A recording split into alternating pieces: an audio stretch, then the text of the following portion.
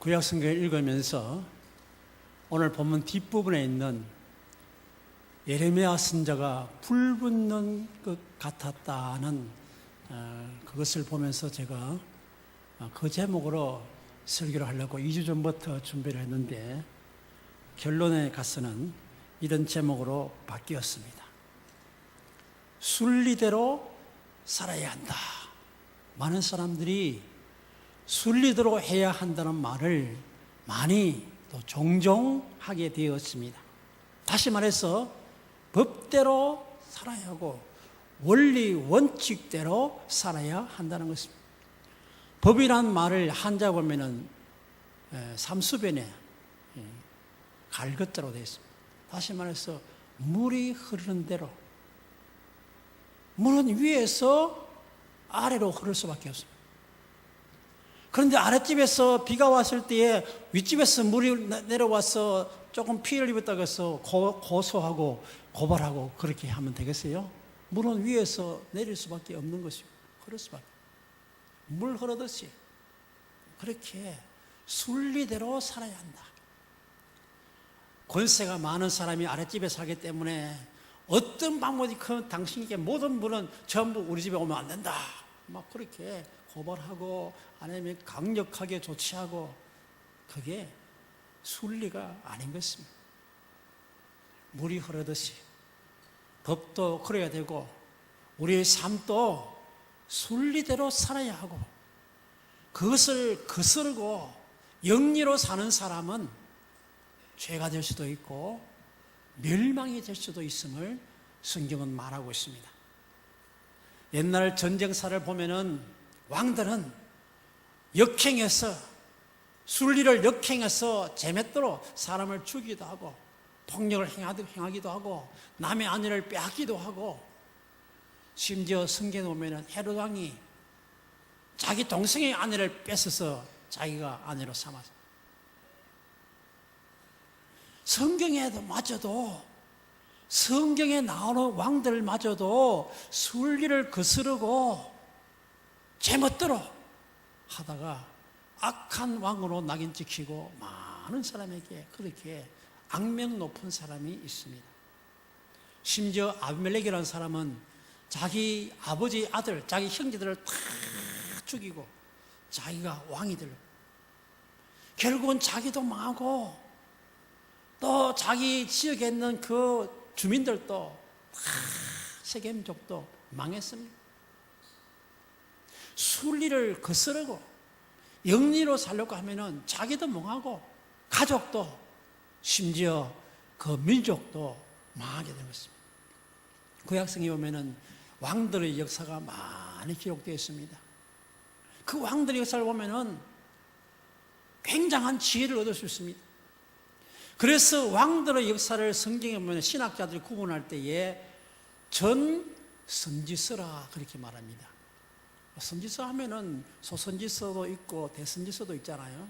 그것만 선지서가 아니고 그 왕들의 역사, 사무엘상하, 열왕기상하, 역대상하도 전기 예언서 그렇게 말해요. 왜? 거기 보면 예언의 말이 거의 없습니다. 그러나 그 왕들이 악하게 살다가 망했다. 선하게 살다가 복을 받았다. 백성과 더불어 망했다. 아니면 백성과 더불어 위기 가운데서 기도하고 훌륭하게 살았더니 다윗, 또 히스기야, 요시야, 아서 이런 선한 왕들이 이렇게 살았더니 잘 되었다. 그것을 읽는 모든 사람이 이렇게 살면은 잘 되고 저렇게 살면은 안 되니까 그것을 전기 예언서라 생각하고 이스라엘의 역사지만은 전기 예언서라 생각하고 읽어 나가라는 것입니다. 악한 왕들은 자기도 망하고 백성도 어려움을 당했습니다. 선한 왕은 자기도 잘 되어지고 나라가 부강해졌습니다. 그래서 다윗 같은 왕, 악한 왕 할 때 여로보암을 본받았어. 아합같이 악했어. 악한 왕, 선한 왕을 구분하고 심지어 유다 왕에도 머나세 같은 사람, 악한 왕에 속합니다.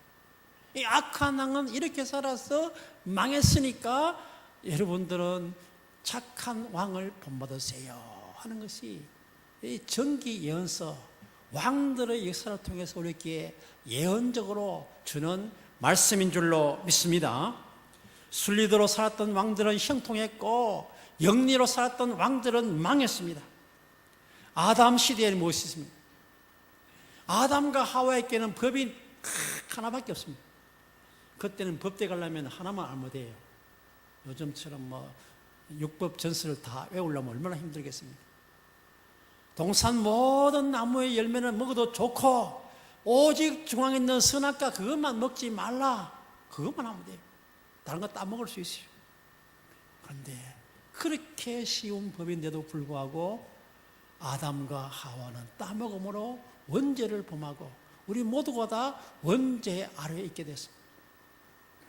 너무나 단순한 법이지만은 불순종함으로 쫓겨나고 하나님의 형상을 잃어버리고 만 것입니다. 만약에 원죄를 범하지 않았더라면 쫓겨나지 않았을 것이고 또 동산에서 오래 살면서 복을 누리고 살았을 것입니다. 하나님의 형상을 잃어버리지 않았을 것입니다. 그러나 그들이 지키지 못함으로 영리로 살았기 때문에 순리로 살지 않았기 때문에 망했다는 것을 말하고 있습니다. 그 후에 사람들 보세요. 노아 시대 어떻습니까? 노아 시대의 성경의 역사는 결혼 문제를 아주 우리에게 아주 중요하게 말합니다. 앞으로 여러분들 결혼하시는 모든 가정의 성도님들, 결혼 문제는 노아 홍수 사건을 한번 읽어볼 필요가 있습니다. 노아 시대 때에 하나님의 아들들이 사람의 딸들의 아름다움을 보고 취했다. 다시 말해서 하나님을 섬기는 사람이 이방신을 섬기는 사람, 하나님을 섬기지 않는 사람과 불신 결혼한 것이 하나님이 얼마나 싫어하는지 온 세계 사람들, 방주에 들어가지 않은 모든 동물을 코로 숨쉬는 바다고기 말고는 다 멸망당하게는 하나님의 진노가. 제가 마산에 있을 때 어떤 분이 결혼 예식을 하는데 막 결혼 전날 부부가 이제거나 애인들끼리 싸운 거예요. 결혼 예식장에 가서 4시간 동안 기다려도 안 왔어요. 남편이. 아직까지 결혼 못했어요. 20몇 년이 넘었는데.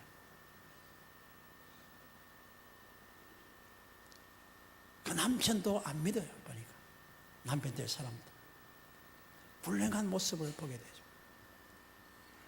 성경에 결혼 문제를 말할 때는 예수 믿는 가정에는 불신결혼하지 말라. 얼마나 하나님께서 싫어하시는지 노아 홍수로서 온 인류를 멸망시킬 만큼 하나님이 싫어하시는 것이다 하는 것을 결혼 문제에 대해서 노아 홍수를 통해서 우리에게 가르쳐 주고 있습니다. 아간의 죄가 무엇입니까? 여리고성을 점령할 때에 이스라엘 백성이 가나안 땅에 들어가면서 제일 첫 번째 성이 여리고인데 하나님께서 칼을 한번 휘두르지 않고 화살 한번 쏘지 않고 그냥 돌기만 했는데도 승리했습니다. 그 막강한 성이 무너져 내렸습니다. 그러면서 말씀하시기를 첫 번째 여리고 점령한 다음에 모든 귀중품이와 모든 물건은 전부 내 것이다. 하나님께 바치라. 11조를 바치라 하는 것처럼. 그런데 아간이 그것을 훔치고 감추고 그러다가 자기도 가족도 망하고 이스라엘 백성들이 전쟁에 패하는 비참한 사건이 생겼습니다. 하나님께 바칠 것을 바치지 못하고 하나님께 드릴 것을 개인이 취하고 그것이 얼마나 진노하습니까? 모델 케이스로 아간 한 사람이 온 가족과 더불어 돌에 맞아 죽게 함으로 우리에게 보여주고 있습니다. 소도의 11조를 하나님께 바치라. 성경은 말라기 3장 8절 이하를 통해서 말씀하십니다. 장로님만 바치고 교역자나 집사님이나 권사님만 바치는 것이 아니고 오늘 처음 등록한 사람도 11조 해야 돼요. 하나님께서 그렇게 말씀하시면서 뺏어가는 것이 아니라 그 11조를 들은 자에게 창고가 차고 넘치도록 채워주시나 안 주시나 시험해 보라겠어요. 하나님이 복을 말씀하시는 겁니다. 그런데도 불구하고 11조를 떼먹는 사람에게는 도둑이라게, 도둑. 11조를 떼먹으면 반드시 하나님께서 뺏어가 버려요. 건강을 뺏어가든지 뭐 어떤 방법인지 그거 다 내 것이 안 돼요. 하나님의 것인데 그걸 안 바치면 내게 부여할 것 같아도 다 뺏어. 11조 성화를 그렇게 말씀하시고 축복을 말씀하고 싶어서 하시는 말씀인데, 하나님이 뭐 어렵게 10분의 1을 바치라느냐, 그렇게 어렵게 생각하지 마시기 바랍니다. 하나님은 복을 주시는 것이 하나님의 뜻인 줄 믿습니다. 그리고 거짓 보고를 하나님께서 얼마나 싫어하는가. 아나니아와 삽비라가 재산을 팔아서 하나님께 바쳤습니다. 얼마나 훌륭합니까? 재산을 팔아서 하나님께 한 부분을 바쳤으니까.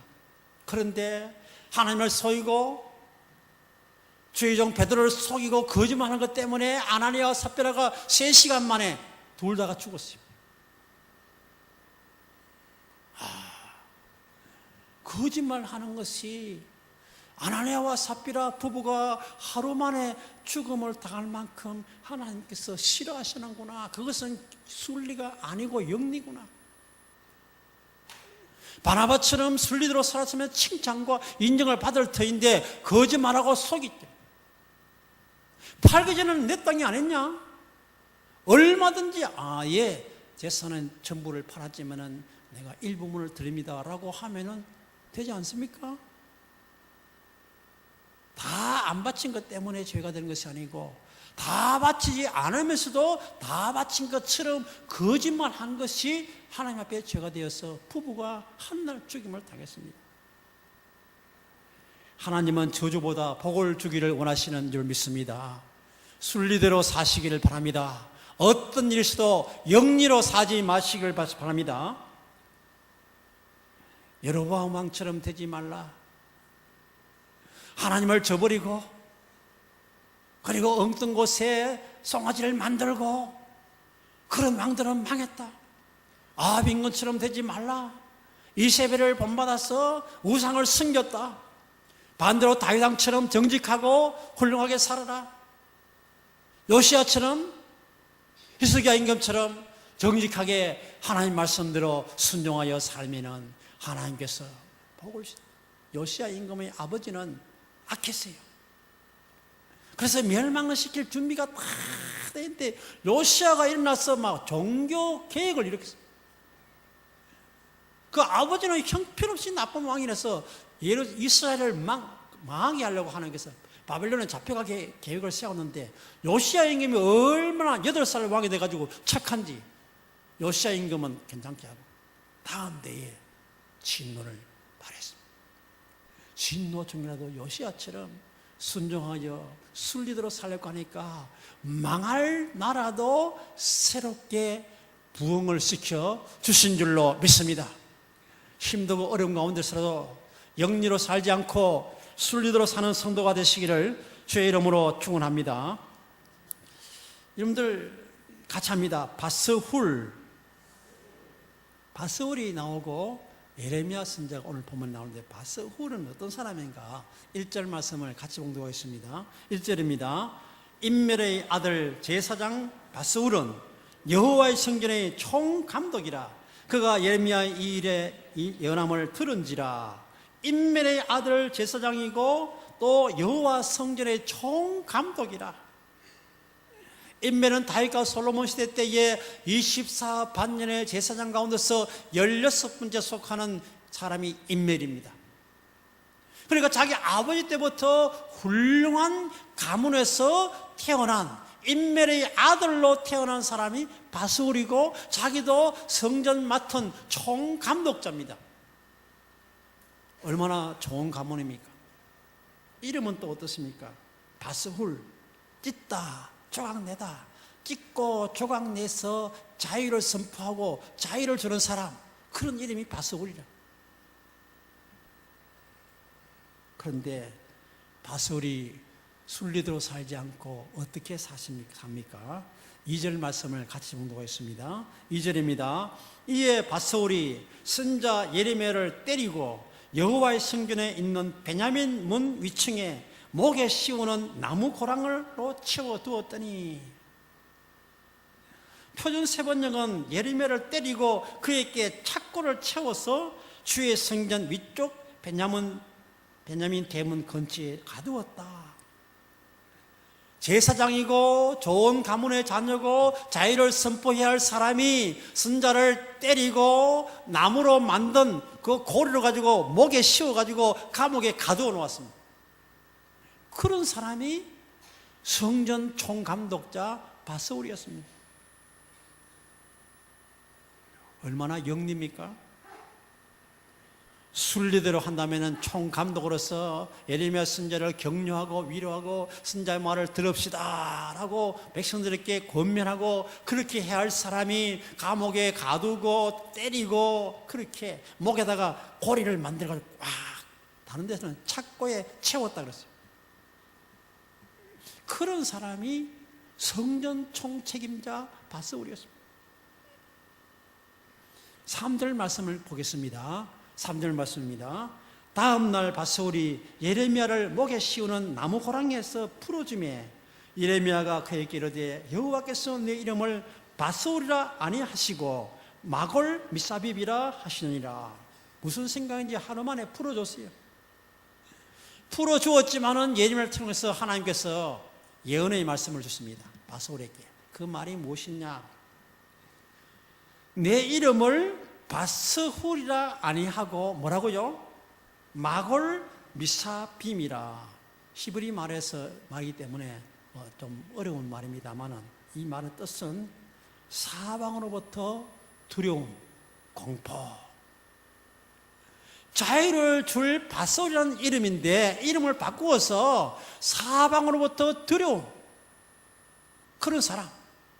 그래서 온 사방으로부터 두려움이 임하고 그 가정과 형제와 자매와 모두가 다 잡혀가고 좋은 귀중품이 전부 뺏기는 그런 일이 오늘 계속해서 뒤에 보면 나오고 있습니다.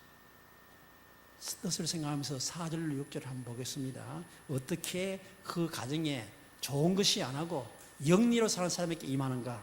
4절부터 6절입니다. 같이 봅니다.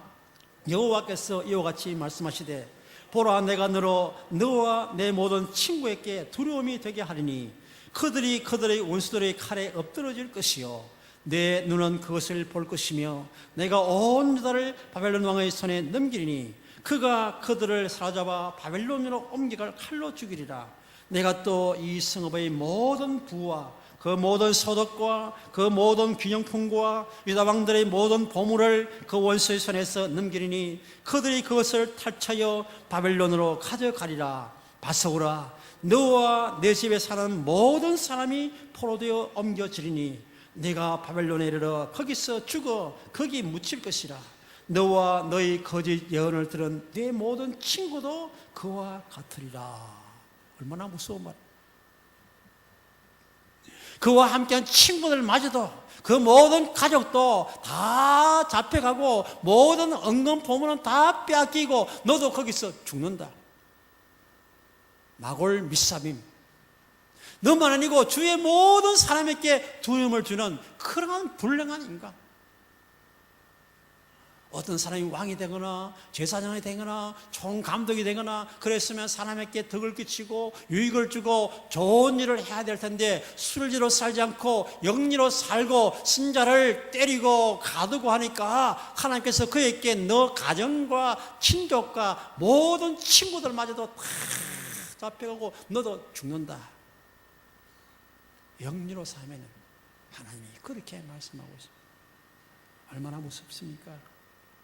순리대로 사시기 바랍니다. 아무리 힘들어도 예수 믿는 사람은 거짓말하지 않고 정직하고 성실하고 순리대로 사는 사람이다. 순리대로 사는 사람에게는 그때는 어려워도 하나님께서 반드시 되갚아 주실 줄로 믿습니다. 더 좋은 것으로 채워주시는 줄로 믿습니다. 아담 한 사람 때문에 원죄가 임했습니다.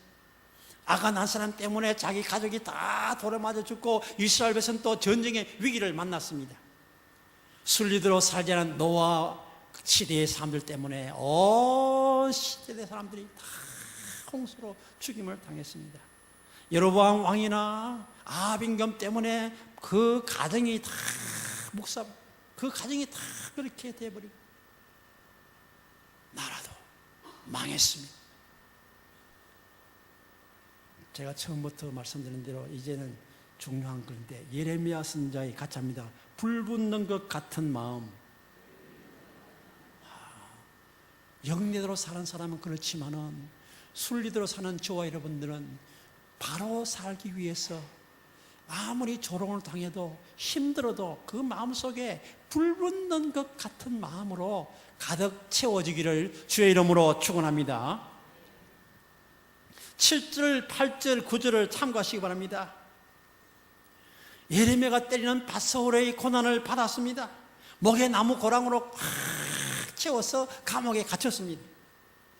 하나님 말씀에 순종해서 예언을 하지만 모든 백성들은 조롱을 하고 말 듣지도 않고 오히려 비방하고 어떻게 선자가 이스라엘 나라가 망한다고 예언하느냐.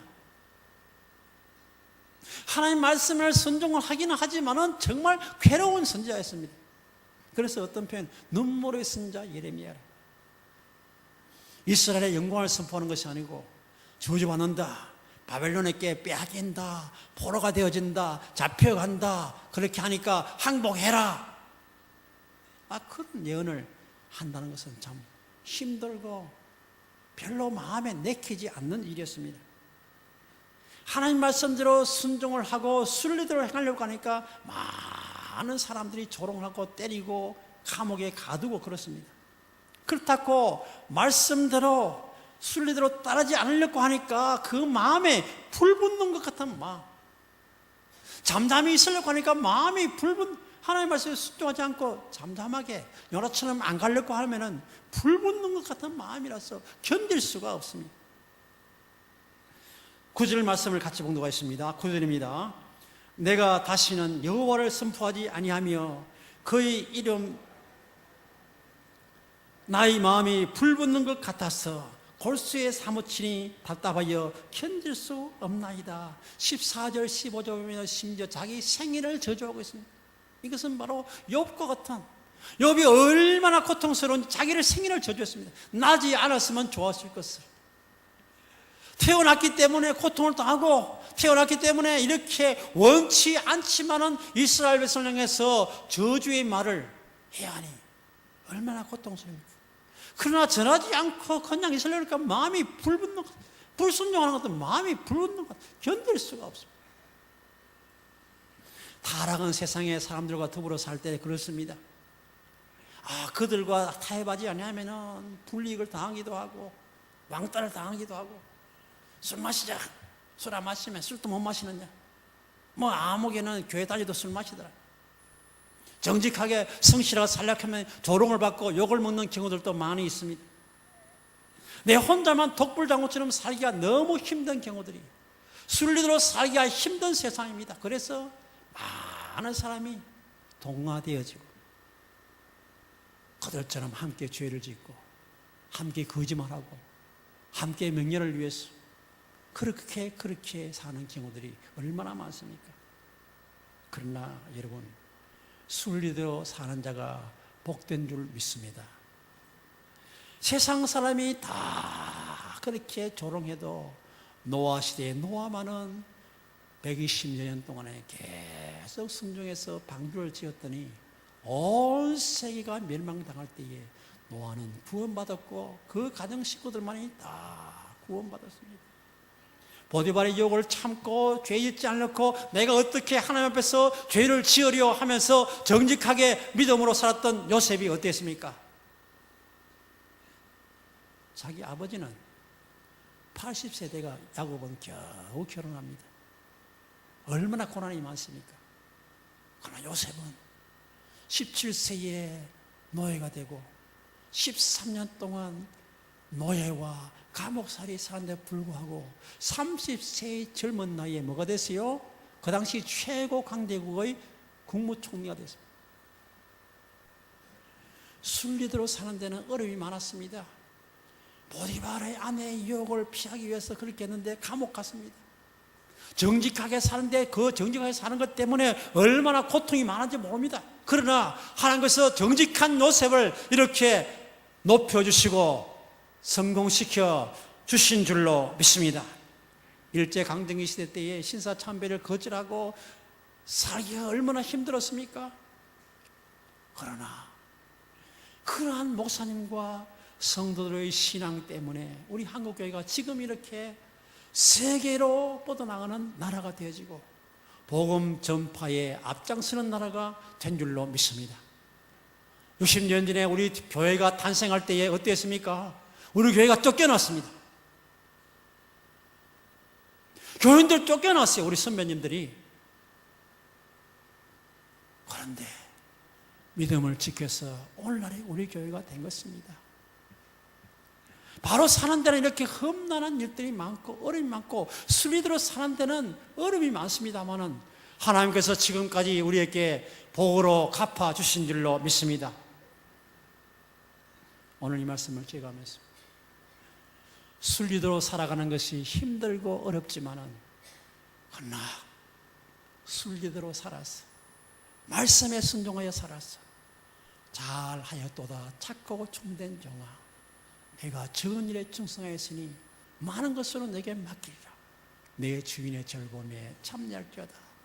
복된 음성을 듣는 성도가 다 되시기를 주의 이름으로 축원합니다. 425장을 부르면서 봉헌하겠습니다.